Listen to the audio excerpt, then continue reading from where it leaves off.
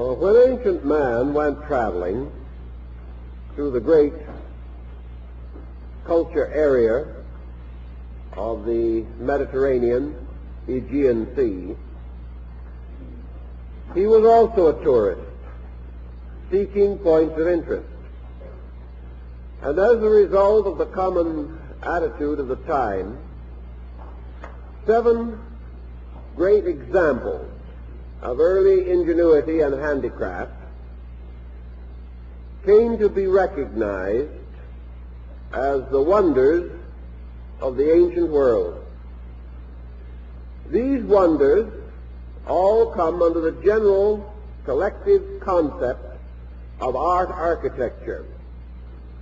They were monuments, structures erected by skilled craftsmen for various memorial purposes,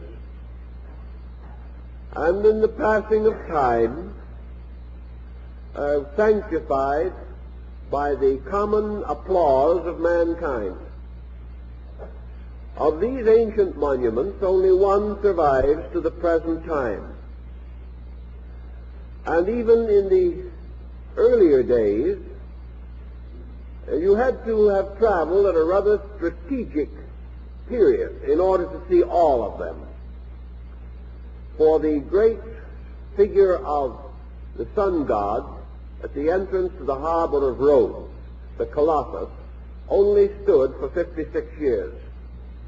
Therefore, there was only this brief period in which you could see all of these marvels.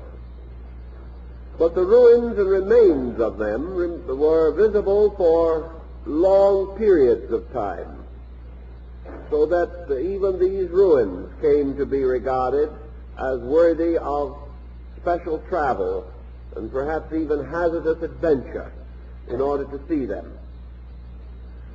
Actually, it would appear that these 7 wonders were utterly unrelated. They were built at different times by different peoples for different purposes. Yet as we classify them and arrange them, it appears also that a pattern is traceable.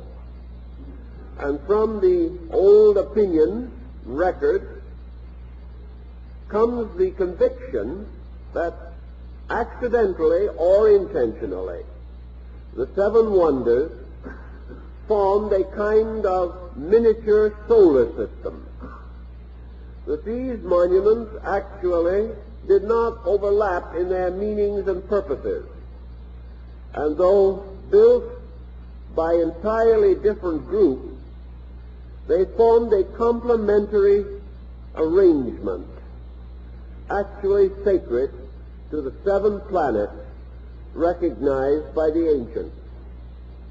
Now, it is quite possible that within the structure of a people, a rather closely knit cultural group, as we know at that time, that these monuments were archetypal symbols.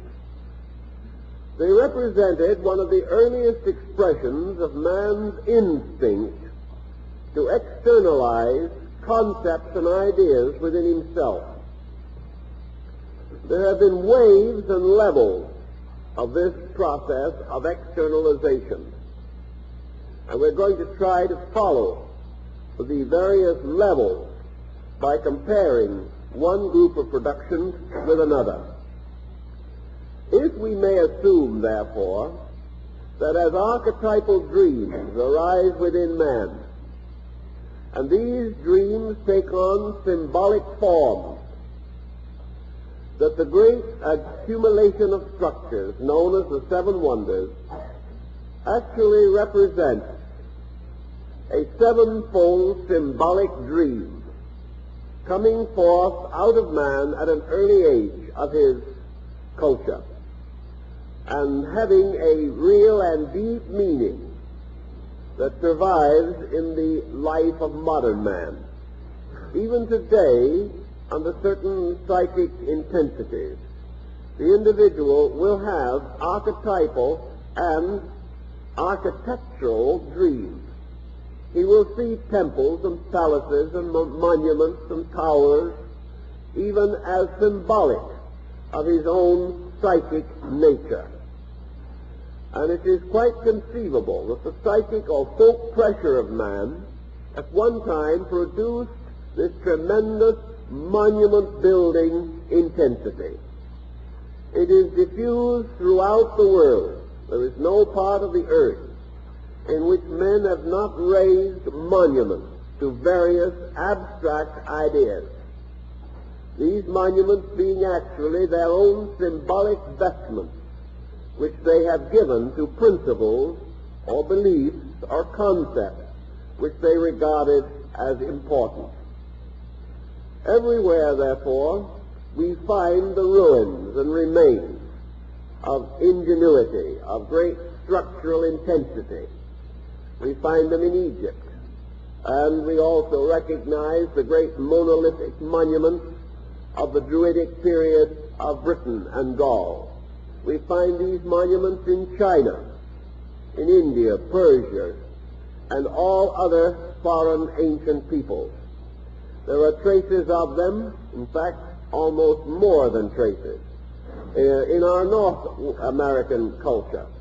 And in the Central American and Southern part of our hemisphere, there were magnificent architectural achievements, bearing witness to some kind of a forming pressure in man.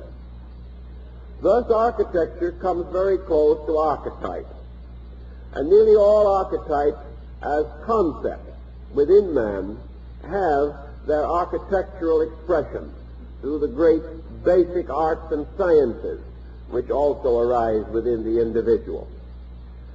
So I made a little list here of a number of parallels concerning these pressures in man, relating them to the original group of monuments and extending the pattern through the ages to represent man's moral and ethical growth. And perhaps we do have here some key or some clue to something of value. Now, of course, after we leave the ancient monuments, which are held in common esteem, we enter a controversial series of patterns. In preparing later septenaries, many different structures could be selected. It would not be necessary to select merely the ones which I have more or less chosen. On the other hand, whether we select differently or not, we are selecting from the same fields of human activity. We may choose one building as more significant than another, but the tremendous symbolic pressure behind the concept of monuments remains regardless of the particular choice. We may also advance different branches of learning, but if these be correctly advanced, they seem to form a basic pattern, indicating how man operates from within his own nature. And as the patterns continue on down to the most contemporary activities of man, it seems that they may have some definite value for us. Now, the original group of ancient monuments were unquestionably dedicated to various deities, or to the attributes of deities as represented in the heroic achievements of human beings. The first of the great monuments in its natural concept order would be the Colossus of Rhodes. This is the figure that stood at the entrance to the harbor of the city of Rhodes in ancient times, existing and standing for some 56 years, and afterwards, having fallen, remaining as a fallen wonder for several hundred years. This figure was 106 feet in height, composed of brass overlaid with gold. It was a symbol and form of the sun god, and one hand was raised holding up a torch which lighted the entrance to the harbor. That has been the old story that the feet of the image were placed on each side of the harbor on a pedestal, so that ships entered the harbor between the feet, This, however, is most unlikely. All the older records seem to imply that it merely stood at the entrance of the harbor. The only likenesses that may be regarded as authentic of many of these marvels will be found upon early coinage. And the coinage of Rhodes at the period of the Colossus show the head of the image surrounded by a nimbus of solar rays. That this deity or this sun god was a monument to the solar deity cannot be doubted. Therefore, we start our series or sequence of images and monuments sacred to the planet. There could be no doubt about the first of these. Later, the great confederation of communities and cities that worship the deity Diana resolved to unite together and form a common center of worship. Ephesus was selected for the site of this great temple, and the several states united to construct the second of the great wonders, namely the Temple of Diana at Ephesus. This is regarded as one of the most beautiful monuments ever created on a religious level. It not only represented the adoration of Diana, the goddess of the moon, it represented an early effort at adoration through union, through the coming together of different peoples and the creation of a sanctified ground in which many persons of different political groups could unite in the worship of their deity. This building was destroyed by vandalism, and it is said that it was brought to ruin by a madman who conceived that if he burned this temple, he could never be forgotten by history. His villainy would make him immortal. It has done so, because he has been remembered, but always with a certain bitterness, because he destroyed so noble and beautiful a structure for no valid or important reason. The third monument that we should mention was created by the artist Phidias. After his exile from Athens, he went to Olympia, and here he created his great figure of the Olympian Zeus, the largest and most impressive of the religious figures of ancient Greek worship. This Zeus was a seated figure within a great temple and carried in one hand a scepter and in the other hand a globe surmounted by the figure of Minerva or Athena. The figure was composed of some unknown substance, perhaps metal, perhaps stone, but it was overlaid over the robes with pounded gold, and the face and hands and exposed parts were made of ivory. It was a magnificent achievement in the art world, and by the name of it and by the very circumstances, it is obvious that it was intended to represent Jupiter, one of the great family of planets, one of the great gods. And it is interesting that in these seven wonders, there are no two dedicated to the same deity or to the same concept. Therefore, the evidence that some pattern, organization, or order was beneath the grand conception. How such a pattern could have come into existence might seem strange to us. But in those days, the creation of monuments was restricted to a group. There was a group called the Dionysian Artificers. They were the initiate priest artisans of the temple of architecture. They were set aside by obligations and oaths. They were bound to secret knowledge and lore. And regardless of who employed them, it seems that the idea for the seven wonders must have originated among such a group. And as this group extended its influence throughout all the areas where these monuments stand, it is quite possible that they were the organizing power which brought these monuments together into a pattern. and that they had resolved to glorify the universe. And as various commandments or commissions came to them to build, they introduced the necessary symbolism, perhaps without even the knowledge of those who commissioned the buildings. It is very possible that the entire procedure was due to this group of initiate builders. The next monument is said to have been dedicated to the deity Saturn, and this was the Pharos of Alexandria, the great lighthouse that stood at the entrance to the harbor of the city of Alexandria in North Africa. The Pharos was a wonderful structure over 600 feet in height and composed entirely of white marble. It stood for quite a long time, and the ruin of it was visible as late as the 14th century of the Christian era. It had at the top an arrangement for the building of great signal fires, in order that ships at sea a long way off could see the fire burning on the top of this column and be led to safety. Therefore, the Pharos was actually a lighthouse, and it was one of the earliest examples of this type of construction.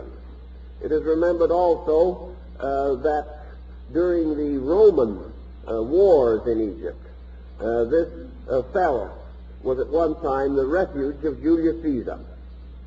It was a wonderful structure, and because it was the tallest and rose in the most impressive spire, the ancients declared that it was associated with the deity Saturn.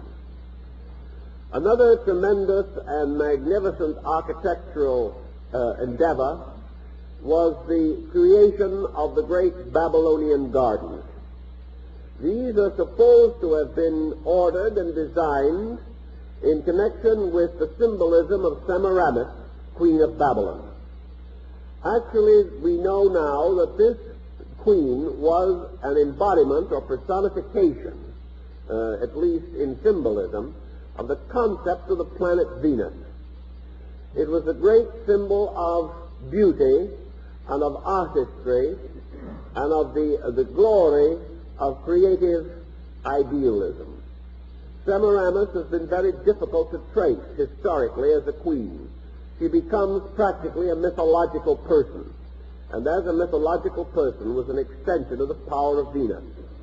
These gardens consisted of a great pyramidal structure rising in levels or stages, each of the levels magnificently planted with all kinds of rare and glorious flowers and trees and things of that nature.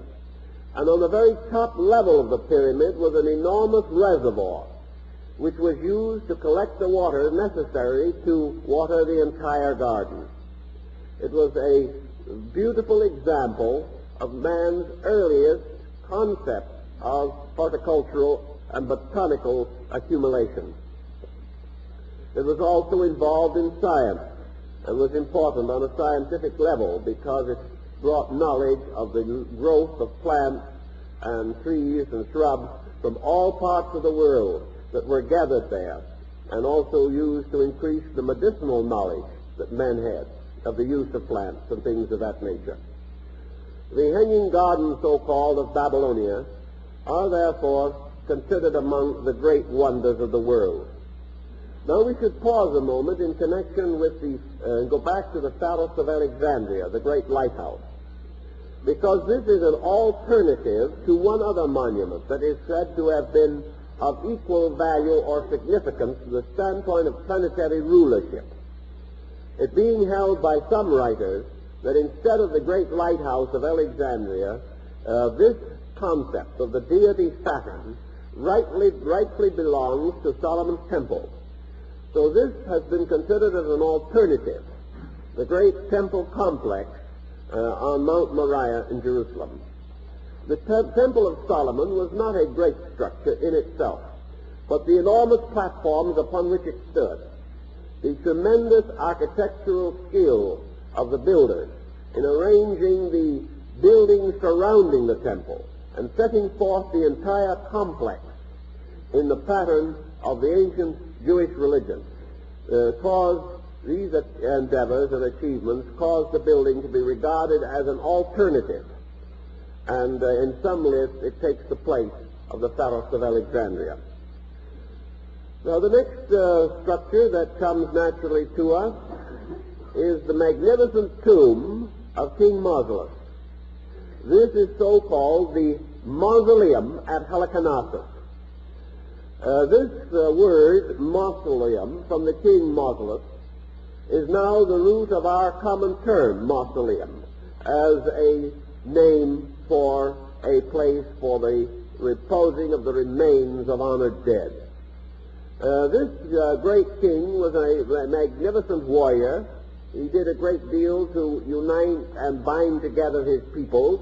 He was an astute leader, and his tomb is said to be a monument to the planet Mars, as being the monument to the warrior in the group we have mentioned.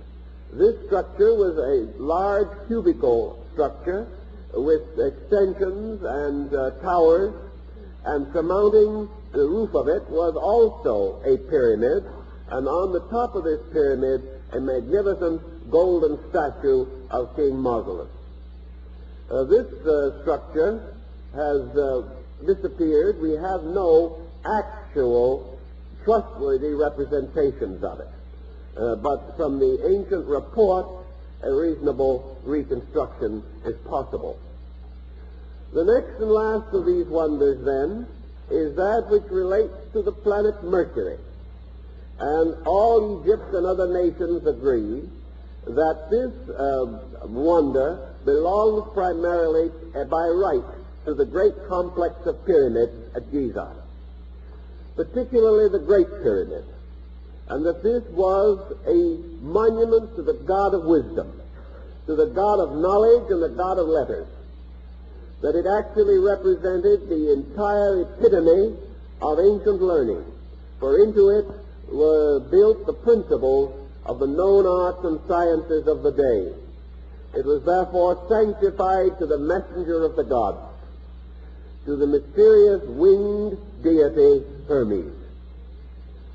If we consider this group, then, we observe that we have a pattern, a very well-defined, organized group of symbols, that they form a kind of cluster. And while, of course, in ancient times there was much travel necessary between them, if we look at them from today, they are only in a comparatively small region, brought together with an amazing amount of ingenuity. Now, there were other great buildings of the old world, but they have never seriously competed with these. These constitute a set apart, and that they should have been so selected in the presence of such other possibilities as the Roman Forum, or the Circus Maximus, or the Colosseum, or the Acropolis at Athens, or other tremendous achievements, that these should not be included, but only the seven wonders, and bound to the very important number 7, seems to indicate that there was an intent and a purpose behind this selection. Now, there's one point in this that I think we should also bear in mind, namely that all of these wonders represent actually architectural or art achievements. They really do not give to us a full understanding in themselves of the achievements of antiquity. They do tell us beyond all doubt and question that the peoples producing these monuments were highly advanced in many arts and sciences. But when we look back upon antiquity, we are rather too prone to look back upon monuments, rather than to look back upon the more living memorials that descend to us through the achievements of people. Therefore, paralleling these 7 with equivalents derived from the intellectual and moral life of man, we come to another great group of contributions by which antiquity is remembered, monuments that stand perhaps even more powerfully than the symbolic shrines that we have described. So I made a list here of some of the other contributions in relationship to the seven wonders. So we can take this particular group. We can parallel the seven wonders with seven forms of learning to which we are peculiarly indebted to antiquity. As the most obvious and direct reference to the planet and to the luminaries is found in the Colossus of Rhodes, which was the sun god. We can also find that we can parallel this statue with a great science that came down from the past, namely the science of astronomy. The Colossus of Rhodes gives us an archetypal concept of astronomy. By its structure and by its integration, the temple of Diana of Ephesus, the lunar temple, parallels music. The great Phidian figure of Zeus, the Zeus of Olympus, under the planet Jupiter, gives us the archetypal structure of law as jurisprudence or legislation. The Pharos of Alexandria, the great lighthouse of Saturn, the tallest and the most illuminating of all the monuments, mathematics, the mother of sciences, the beginning of organized knowledge. Outstanding in the system also, the temple or memorial of King Mausolus, the mausoleum of Halicarnassus, under the rulership of Mars, ties to the principle of architecture and the hammering and cutting and chiseling of stone.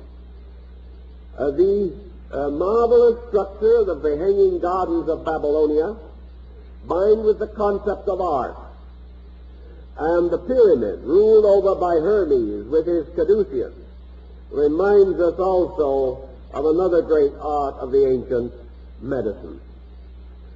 So out of antiquity we have secured not only these ruined physical monuments, but we have also received psychological monuments, monuments upon which we have built as foundations, but we are indebted to and dependent upon the skill of ancient man for the foundations of all sciences and arts known today. So the seven great arts and sciences of the ancients, astronomy, music, law, mathematics, architecture, art, and medicine, constitute another heritage out of the past, a heritage of enduring human achievement.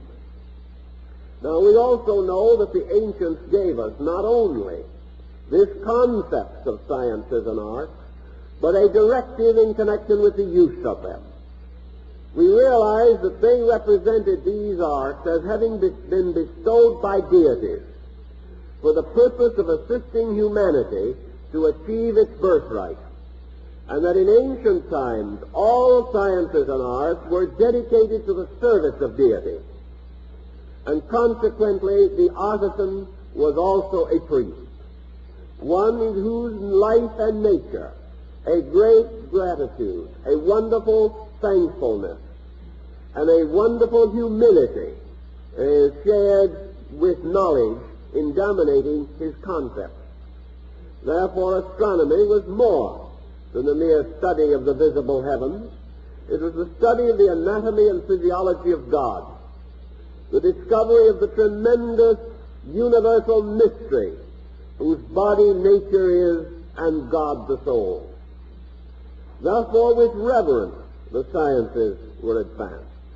Music was the art which gave man the concept of universal harmony. It had to do with order and integration. It had to do with vibration, whether the ancient was fully aware of the term or not. He worshipped through music. He grew through music. He felt the tremendous importance of this harmonic structure of sound, and he dedicated it to the service of his gods and to the various rituals and rites and ceremonies of religion. Gradually we have come to secularize most of these branches of learning, but even today, of course, music is closely related to religion, and sacred music is among the greatest of our musical compositions. The next concept that we have is law. This law, which was originally the will of the gods for their creatures. Law embodied in the great person of Zeus, the arch-deity, the cosmocrator, the father of gods and men. Zeus with his thunderbolt, punishing the lawbreaker and opening the gates of the empyrean gloriously and majestically to the law-keeper. That the universe was an orderly thing, that the conduct of men must be orderly relationships, and that the individual who breaks the law of human integration must ultimately suffer. And law and punishment came down to us. And from the earliest days, men sought to understand those regulations and rules by which their common conduct was best expressed, and how they might live together in the most concord and with the greatest understanding, peace, and beauty of relationship. The symbol of law, of course, was Jupiter, and the Roman law was dedicated to him. The Pharos of Alexandria, or Solomon's Temple, represented to the ancients the concept of mathematics.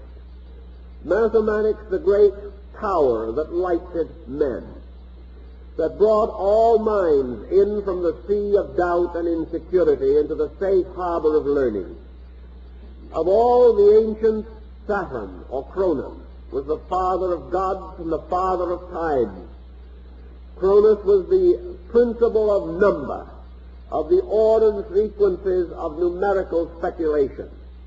And under Cronus was exactitude, the exact experience of mathematics, not merely the adding up of your grocery bill or the various daily uses that we make of number, but the great concept of a universal exactitude, that numbers are instruments of magic, and that by means of them men can unlock all the wonders of the world. And as Saturn was the most ancient of the gods, so mathematics was regarded as the most ancient and basic of all arts and sciences. For without mathematics, none of the others can exist. But mathematics can exist without them. Therefore, that which is independent is superior. That which is dependent is inferior. And as all exact learning is based upon mathematics, it is the father of sciences, even as Saturn or Cronus was the father of deities. Thus, the parallel is reasonably appropriate. To the marvelous monument of Halicarnassus, the mausoleum, was assigned architecture, because the records that we have of it indicate that it was the most perfectly integrated and perhaps architecturally the supreme member of the group. Emphasis here being placed upon architecture rather than upon the total concept. Everything was sacrificed to absolute architectural perfection of design, and we can only wish that some of these wonderful things had survived so that we could see them. But that the mausoleum became the symbol of all architecture. Architecture as temple to God. Architecture as tomb to the honored dead. Architecture as symbol of statesmanship, of power, authority, and of the government of people. Architecture stepping in to house all the other instruments. Was also a reminder that architecture was a dynamic, making possible all bodies in which life may be incarnated, and that finally also these bodies, like temples and shrines, must be destroyed or must collapse or must disappear away, so that all bodies that become glorious monuments must ultimately also become tombs. The next of the great arts, represented by the Hanging Gardens of Babylon, were what we would call today the art concept itself. in this case involving sculpturing, painting, the dance, art forms as we know them, poetry, because this great monument to Venus was dedicated to beauty, and supreme among all other arts was the art of living. And all arts are intended for one purpose, namely to make living beautiful, to make it possible for the individual to live not only efficiently and rationally, but with a grace, with a certain overtone of beauty, by which life is enriched and by which all utilities are justified.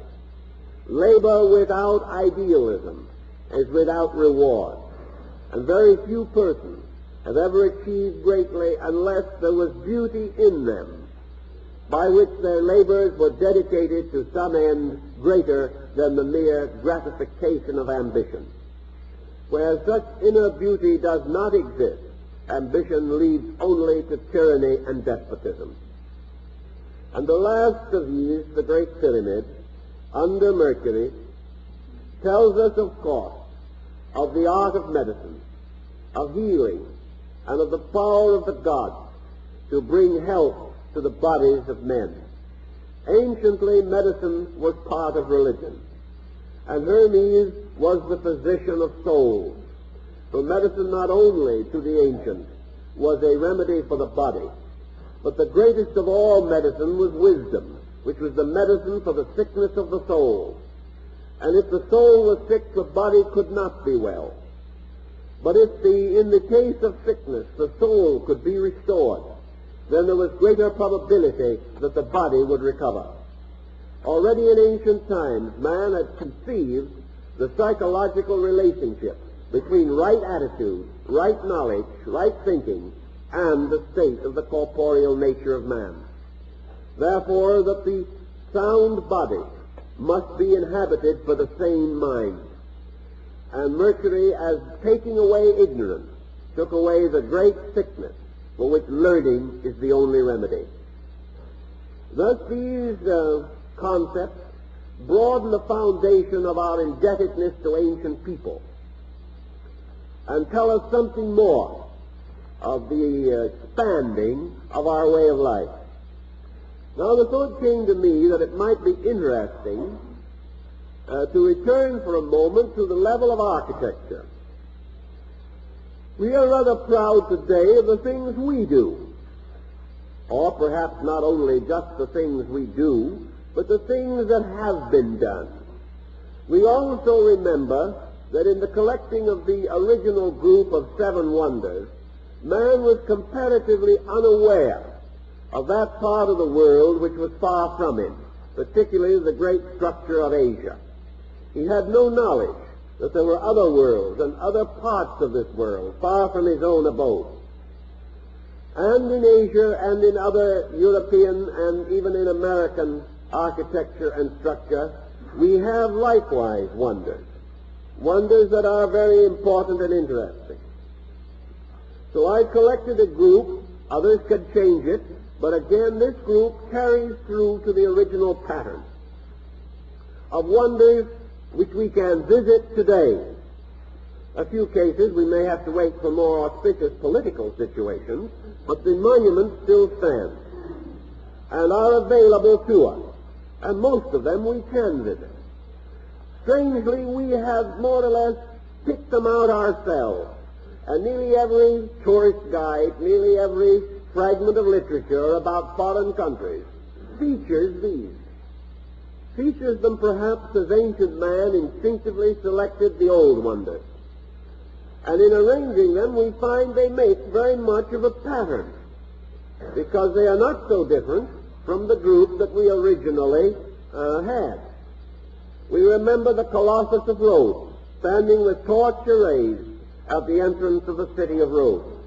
We can hardly miss the analogy to the Statue of Liberty, which also stands with torch raised facing the sea, just as in the case of ancient Rome, and is certainly to be included among the wonders of modern architecture. A monument to liberty, as the older one was a monument to life. And to us, liberty and right are very closely involved. The great sanctuary of the ancient world, the one where the peoples came from everywhere to pay tribute and to enrich the shrine of the great lunar deity, mother of mysteries, Diana, goddess of the Ephesians, the mother of life, the marvelous principle in which the ancients recognized the mother who was forever a virgin. And this was the temple of Diana. And it does not take a great deal of imagination to conceive its parallel in the greatest religious monument of the modern world, the Vatican at Rome. Dedicated also very largely to the Mother of Mysteries. Dedicated to the World Virgin. And of course adorned and decorated as was the Temple of Diana with the wealth and treasures of countless peoples.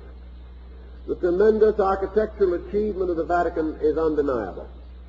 And the magnificent accumulation of treasure there is almost the same as we hear in the description of the great temple of Diana at Ephesus. Now we are looking always for Zeus or Jupiter, as the ancients said, to bring us a great mass and weight. And at the very moment of its dedication, the planet Jupiter ruled one of the greatest structures of modern engineering, and that is the Empire State Building in New York, which was dedicated by the then Governor Alfred Smith at the very moment of the dignification of the planet Jupiter. It became the symbol almost of our whole way of life, for everything we do has to be bigger. It may not always be better, but it will be bigger.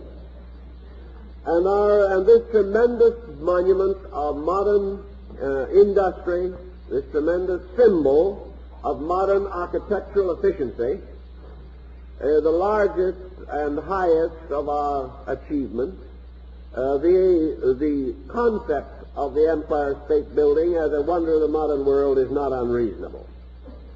Then we think of the great temple of Saturn, the Pharos or lighthouse of Alexandria, and we remember the consternation caused in the last century by the tower that no one believed could be created, and which once created no one believed anyone would ever understand, and that is the Eiffel Tower in Paris. Still a symbol of man's early engineering skill and one of the most ambitious and incredible achievements of its own time. We then find another important concept. The mausoleum of Halicarnassus was under Mars. What is the great mausoleum or the great architectural monument today that parallels it? Possibly we could select the Washington Monument, which probably represents the most ambitious work of its kind of the modern world. Two monuments to soldiers, two monuments to the remembrance of persons who brought forth order out of chaos, created new nations, and brought states together in an important federation to be ruled over with wisdom and prudence. The next thought that we have is that nothing resembling the gardens of Semiramis remains. Yet this mysterious queen of Babylonia, whose symbolism, of course, was related to the planet Venus, suggests to us the greatest monument to heroic womanhood in the world today, the Taj Mahal at Agra. The mystery of love in stone and marble, as it was created in India, in honor of a great queen, in honor of a wonderful woman, in honor of a remarkable career and dedication, and is said to be Asia's great contribution to the concept of world womanhood, appropriately under the symbolism of Venus. Now, for Mercury, we can also have something that travels and moves and does all kinds of strange and wonderful things, and we placed under it the most massive and enduring of the ancient marvels. This marvel was the Pyramid of Giza. What is the largest, vastest, most inconceivable surviving evidence of man's handicraft. It does not belong particularly to recent times, but it still survives. Therefore, it comes under our heading. And the answer, of course, is the Wall of China. This wall, she created by men, and incidentally largely by scholars, because it represented the greatest persecution of learning the world has ever known. But this immense wall, 25 feet high, 50 feet thick, and 2,500 miles long. This is without question man's vastest architectural achievement. And every little distance along the wall, great towers rising, gates, and a complex of structure that stretches like ribbon over mountains and into valleys, over cliffs and into depressions, boundary an empire, created to keep the enemy out, but like all exclusiveness, serving only to keep the friend locked in. There was no release, no achievement of this particular wall. It was a complete failure, but one of the greatest achievements in itself of the skill of human life. So vast that most Chinese living along the wall today do not believe that human beings built it. It had to have been built by divine agency. And although it was built and constructed about the time of the Christian era, there is also a note of science in it, because over one of the gates is a proclamation stating that it was built under a certain emperor, who, by the way, was the persecutor of learning, and that this emperor had caused a wall to be built around his empire, 1/10 the circumference of the earth, so that at the time it was built, 2,500 miles long, the ancients had the concept that the world was 25,000 miles in diameter, which is not very far from the fact. Now, out of the development of our own time, we have also created wonders.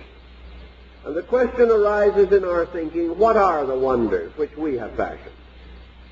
Now, we have many that we can select from, but let us see whether these in any way can be regarded as paralleling psychologically the implications and inferences of the older concept. What are the great wonders of the modern world? Not structure, but wonders that we have perfected, that perhaps having arisen from older sources, we have so largely and greatly transformed that they no longer bear a distinct relationship to the older sources. We have the Colossus of Rhodes, for example, and we cannot make all the parallels, but we will make one or two to show the way my thinking has been on the subject. We have the Colossus of Rhodes, bound to the concept of astronomy, bound to the concept of liberty by the Statue of Liberty.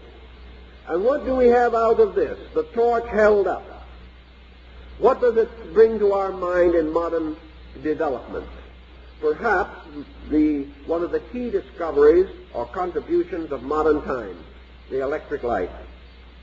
Here we have the beginning of the development of a modification which was to change the entire life of the race. So the symbol of light finally comes down to us as the principle of physical illumination. The development of certain essential concepts relating to a whole variety of extensions, the power of the electric light to transform habits, practices, policies, and to make available to man a life at night, a life apart from the life of earlier man, a life which also gives to him illumined leisure if he wishes to so use it, depending on his own instinct. And from the moon, and from Ephesus, and the ancient symbols of the lunar goddess, imagination, Imagio, we have perhaps another great shadow casting power of modern thinking, the motion picture. For the moon was strangely the symbol of mist and mystery, was strangely the sign of shadows and reflections, a world of things of appearance, deriving its light not from itself but from the sovereign sun. So it was a reflector, or a secondary source of light, and perhaps suggests to us the effect of the motion picture upon the entire life of man. And then, of course, what have we to correspond to the magnitude of things? The magnitude of Zeus, of law, the Empire State Building, these things that must always be greater and bigger. And perhaps as we look at the thunderbolts in the hand of Zeus, we can be reminded of the development of our atomic and electronic sciences and arts. The rise of a great system which can, under loving and intelligent skill, become a wonderful servant of mankind, but certainly one of the stupendous achievements of modern man. Now Saturn, representing the ancient principle of mathematics and the lighthouse that guides the Tour Eiffel or Eiffel Tower, and the development of a certain concept, a concept of bringing a certain kind of light to man, may be paralleled by a department of knowledge which has been always associated by the medieval people with the deity Saturn, and that is the invention of printing. Printing is one of the most powerful forces known to modern man, not available to the ancients. By means of printing, the world of the mind has opened as it could not in any other way be opened. It has produced the diffusion of knowledge. It has made available to the individual the inherited wisdom of his species and his kind. It is a mighty tower rising to carry upon its top the blazing symbol of enlightenment. And the use of the tower depends upon the flame at the top, and the value of printing depends upon the quality of that which is printed. For Mars, representing the mausoleum of Halicarnassus and many other parallel symbols, we can think of another very important field of research that has been opened to man, and that is the development and discovery of the X-ray. Here we have a possible means of solving problems, a means as yet hazardous, a means as yet uncertain, but giving us a powerful instrument for the assistance of the human being under many conditions.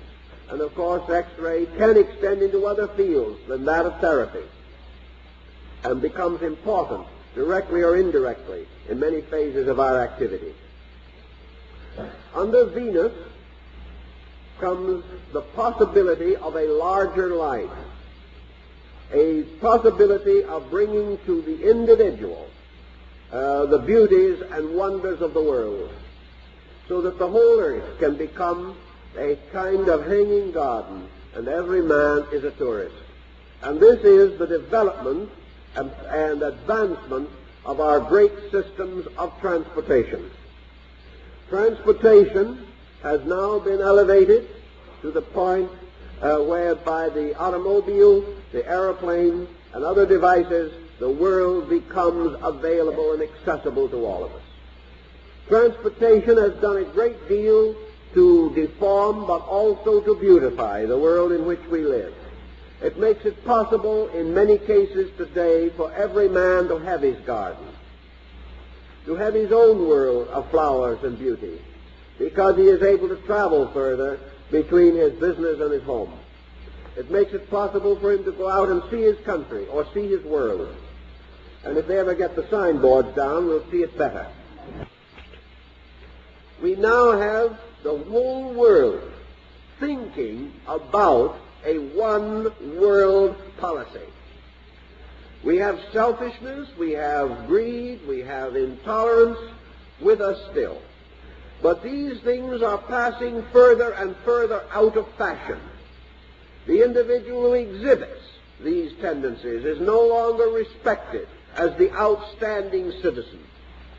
What is respected now is a constructive, hoped-for understanding of mankind.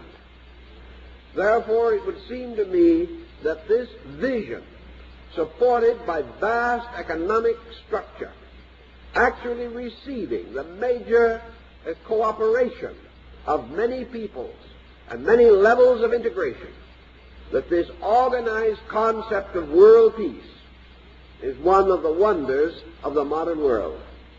It is something long overdue, but gradually coming to be done. And by it we are divided from ancient man, who may have had the dream, but had not the ability or the perspective necessary to bring this dream into objective manifestation.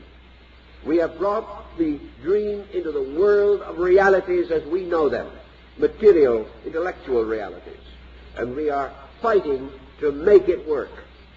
We are struggling to bring this concept to maturity. Now we had the moon, Diana of Ephesus, music, the Vatican motion pictures. Here is the entire lunar pattern. And what have we today achieved as our great offering to the Lady of the Mysteries? I think the thing we have to offer is something that is paralleling, whether we realize it or not, the labors of world peace. We are merging into a gradual concept, which is now a birthright, the concept of interreligious tolerance, the possibility of religions meeting as such, the gradual emergence of man's instinct to comparative religion, the emerging of the instinct to recognize that other faiths have a right to exist, the moving away from the exclusiveness of a religious position to its increasing inclusiveness, as exemplified by the recent series of articles in Life magazine and many other articles being published constantly, pointing to the possibility of the faiths of men becoming a basis of unity between peoples, rather than a constant source of disunities. The ancient world, Pythagoras knew this unity. Others have known it also. But today we see the actual machinery of unity moving into action. And we behold the mystery of man's greater kindliness toward religion. And with each passing year, a greater willingness to explore and examine the building of bridges between faiths. And all of these principles have much to do with the hope of our future. And here is another wonder that has emerged from man, part of the archetypal pattern that had to come forth in the course of ages. Now our great deity Zeus, personifying Jupiter and law, tied up with the great architectural achievements, also tied into the development of atomics, brings us face to face with the great development of the concept of Zeus, namely the concept of administration. And here we have come to another tremendous step, namely constitutional democracy and universal suffrage. These things existed in small fragmentary areas in the past, but never before have we seen the concept of the rights of man developed and unfolded as in the last 300 years of our world existence. Here we have the concept of government by the people, for the people, and of the people. We have a tremendous group under a certain amount of pressure today, it is true, but still this pressure, even in itself, being asserted by other groups in whose actual existence socialized principles are also present, although perhaps at the moment disfigured. But the great motion toward the right of the human being, the great motion of the political equity of peoples, the rise and recognition of the right of all men to their place in the sun, their opportunity to direct or to share in the administration of their own destinies. This tremendous concept of workable political democracy under many names, but giving to the people liberties and equalities unknown in ancient times, is also a tremendous ethical step forward. We know that the Pharos of Alexandria, under Saturn, the symbol of the Old One, mathematics, the Eiffel Tower of printing, we have all these different levels. And then we have this concept of Saturn, concept of the aged, coming forward to us in another great development that has come to us in many cases in the memory of the living. And that is the rise of the whole pattern of the security of man in his advancing years. Old age security of various kinds, endowments, insurance, and even national intervention. The gradual development of a protective economics for the old. A gradual recognition of the right of the individual to the dignities of existence. A right ignored by most of antiquity. This gradual protective mechanism, with its faults, with its mistakes, but with its great hope behind it, has emerged and is fighting its way toward gradual integration and rationalization. We have the advantage over what was the absence of our present attainment. We have yet far to go, but the gradual development of securities, security for the young, security for the unemployed, security for the aged, these things are here, and they are here to stay, and they are here to grow and to develop, and they represent a tremendous thing which in terms of the ordinary probabilities of life is little less than a wonder, something that is almost inconceivable in the light of ancient ways, but to us is becoming familiar and generally acceptable. Then we have under Mars various developments, symbols, developments from the ancient mausoleum of Helicarnassus, and we then have another concept, the fight through to what we know today as universal education. The power of universal education is something that is to be reckoned with. Not more than 100 or 150 years ago, the majority of human beings were born into this world with a conviction that they must remain illiterate. And while today we still have a great deal of illiteracy, more than we realize, still the struggle toward universal education, the extending of the privileges of education into the most remote parts of the world, this struggle goes on, moved and fired and impelled by something within man himself. This tremendous dynamic to correct the weaknesses which he is discovering in the social structure around him. He is realizing more and more that his own security as an educated person depends upon the fact that other persons are educated. That we cannot have world peace, we cannot have world health until ignorance in far places is overcome.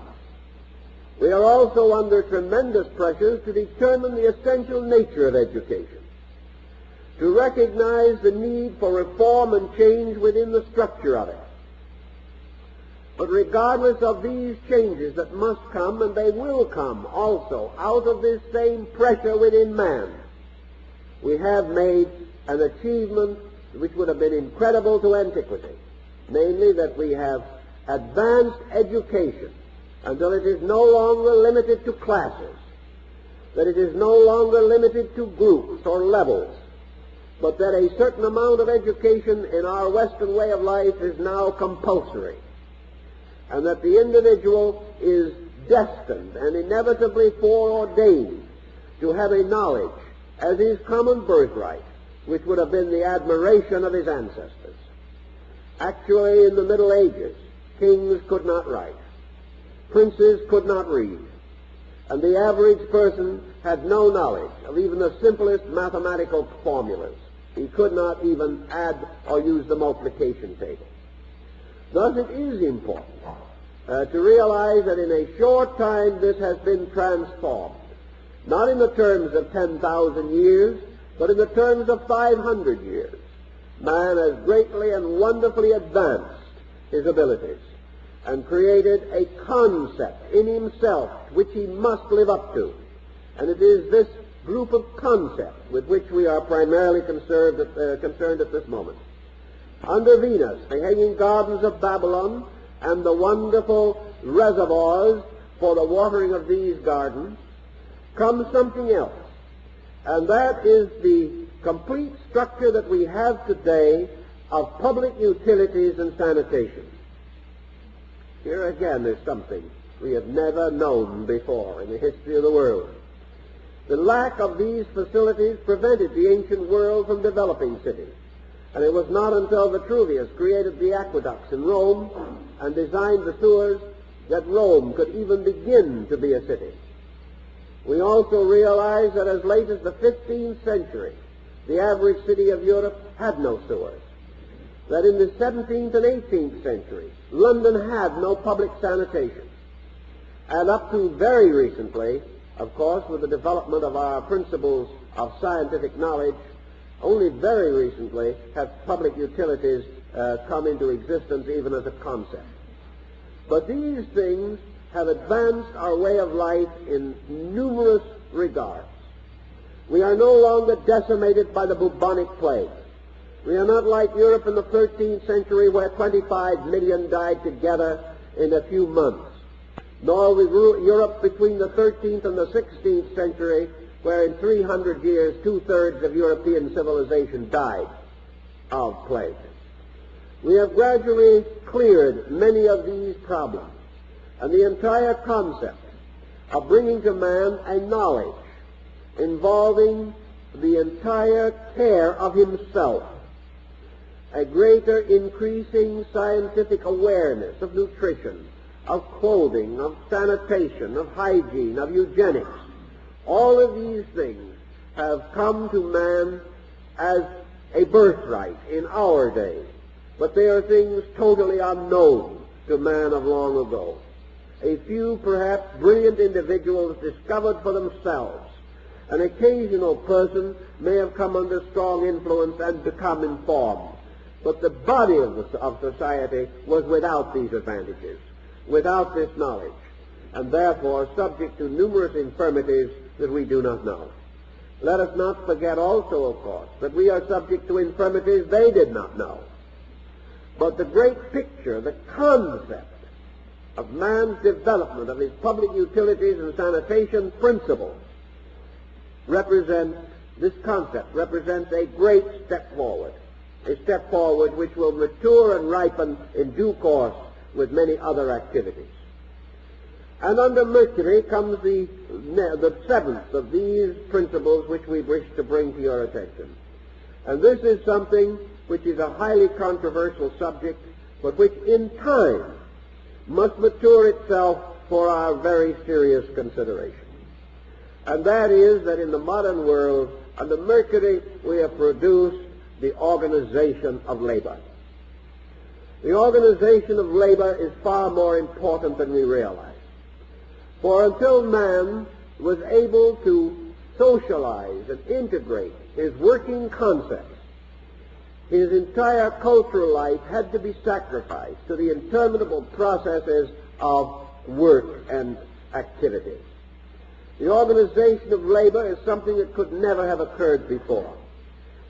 It has become the foundation of bringing leisure, bringing protection and security to 3/4 of the people of democratic civilizations and political systems. It has made possible the gradual enlightenment and improvement of labor. It has brought labor into a recognition of leisure. It is gradually challenging labor to personal, individual self-improvement.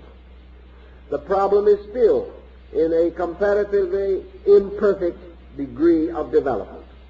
But the power to organize, to protect the power of the individual, his earning capacities, his privileges as a human being, this power, unknown to ancient man, is perhaps somewhat overworked by modern man. We have gone to extremes. We have become too political, too this and too that. But the great principle of the right of the individual not to be exploited, the right of the individual to profit and share in the consequences of his own endeavors, these principles are right. And in time, these principles will find their right workings in our way of life. So here are 7 great achievements which we have made. Achievements which have to do with the motions of time.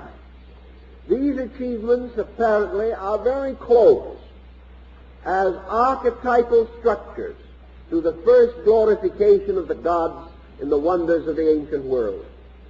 Each of these levels represents man thinking from a basic archetype, unfolding that archetype according to the skill and ability of his own consciousness and according to the opportunities and privileges of the times in which he has lived. But each individual going through life is bound into this archetypal concept. Each person has a dominant within his own nature. Perhaps he is potentially the mathematician, perhaps the artist, perhaps the musician. But we are all living on these rays that ray out from this tremendous corona of the sun principle. Thus each person's contribution is determined by his own focus of attainments. This contribution principle lurks within him and presses him on. If he resists it, denies it, or is unable to recognize it of his own accord, archetypal symbolism usually moves in upon him. He dreams, he has experiences, he feels pressures, he is dissatisfied, he is not in the right place, he is not doing the things he wants to do or was intended to do. And when these symbolic pressures break through him, they break through in symbols that go back to antiquity. They break through in the primordial forms of religion and philosophy. Therefore, the understanding of these forms will help him to apply and extend these symbols into their utilities, into their practical uses in his modern way of life. So each one of us is in a way a builder of wonders. Each one of us perhaps is attracted to one group of wonders, perhaps is attracted to one of the divisions of the ethical achievements of mankind. Perhaps we are not sympathetic with all of them. Perhaps we feel that some of them are not what they should be. We are drawn to one and find it impossible to understand another. Yet actually within our natures we are likewise seeking equilibrium. And one of the reasons for tension and stress in human life is this inability to commonly appreciate the good in all things. While one thing seems good and another bad to us, while we can accept certain ideas but must reject others, there is stress and tension within our own natures. We are therefore searching for this solar principle represented by leagues and assemblies and organizations by which all incompatibilities within our own consciousness can likewise be reconciled. Each individual in his own personality is searching for a league of nations, is seeking a league which will bind his notions together, to form out of them a solid and unified ability to create and express. All divisions in society reflect divisions within man himself. And it is the useful and proper labor of each individual to bring together the 7 powers of his own soul, represented by the 7 monuments, to build these powers into a program of practical and purposeful endeavor, using these powers to improve the society around him, to bring harmony, peace, and understanding to his own soul, to enable him to dedicate his resources to the common good of his world. Until individuals make these achievements, until they make these dedications, they cannot be happy. And if they are not happy, they cannot be healthy. And all substitutes, or all methods of evasion or avoidance, which sustain merely our natural indolence, these substitutes are not adequate. nor do they bring us the security and peace of mind which we seek. Out of this archetypal pattern of our race, which is the folk soul in which we all share, have come these testimonies to the possibilities and potentials of man. We are all enabled to build upon them. We have received the past as a heritage. We must bestow the present as a legacy.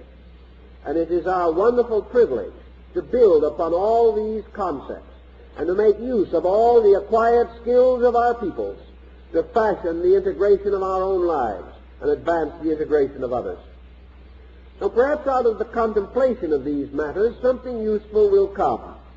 It has occurred to me that it is an interesting subject, one which suggests psychological analysis, suggests that we search more deeply in ourselves to find the ancient monuments of potential ability which we have, and upon these monuments to build new monuments, ethical, moral, and spiritual, by means of which our own integration and the happiness of our world can be advanced. If we do this, we may find that we have resources, that the ancient monuments are gone, but within ourselves the ancient foundations remain, for in every individual is the foundation upon which he can build and advance himself into the future of his own kind. And out of the past, we must build into the future. And with such archetypal thinking, perhaps we can be inspired to further self-analysis. Well, time's up.